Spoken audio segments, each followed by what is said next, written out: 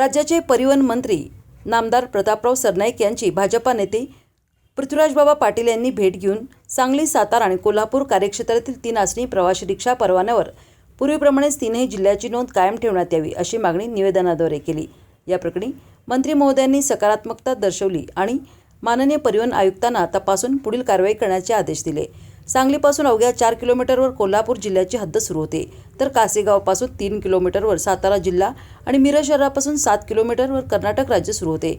मिरज ही आरोग्य पंढरी आहे, त्यामुळे दररोज 3ही जिल्ह्यातील रुग्ण मिरजेत उपचारासाठी परवडणाऱ्या 3 आसनी रिक्षाने जिल्ह्याअंतर्गत ये जा करतात। तसेच 3ही जिल्ह्यातील धार्मिक स्थळाच्या दर्शनासाठी भाविक तसेच छोटे व्यावसायिक आणि विद्यार्थी जिल्ह्याअंतर्गत रिक्षानेच मोठ्या संख्येने ये जा करतात। अलीकडे रिक्षा परवाना नोंदीत फक्त एका जिल्ह्याची नोंद असल्याने अन्य जिल्ह्यातील वाहतूक पोलीस आणि आरटीओकडून रिक्षा चालकांवर दंडात्मक कारवाई केली जाते, त्यामुळे हकनाक रिक्षा चालकांना आर्थिक भुर्दंड सोसावा लागत आहे। पृथ्वीराज पाटील यांनी बाब परिवहन मंत्री नामदार प्रतापराव सरनाईक यांच्या निदर्शनास आणून दिली। यावेळी मंत्री महोदयांनी लवकरात लवकर रिक्षा चालक आणि परिवहन प्रशासन यांची बैठक घेऊन उचित निर्णय घेऊ अशी ग्वाही दिली, अशी माहिती भाजपा नेते पृथ्वीराजबाबा पाटील यांनी दिली आहे।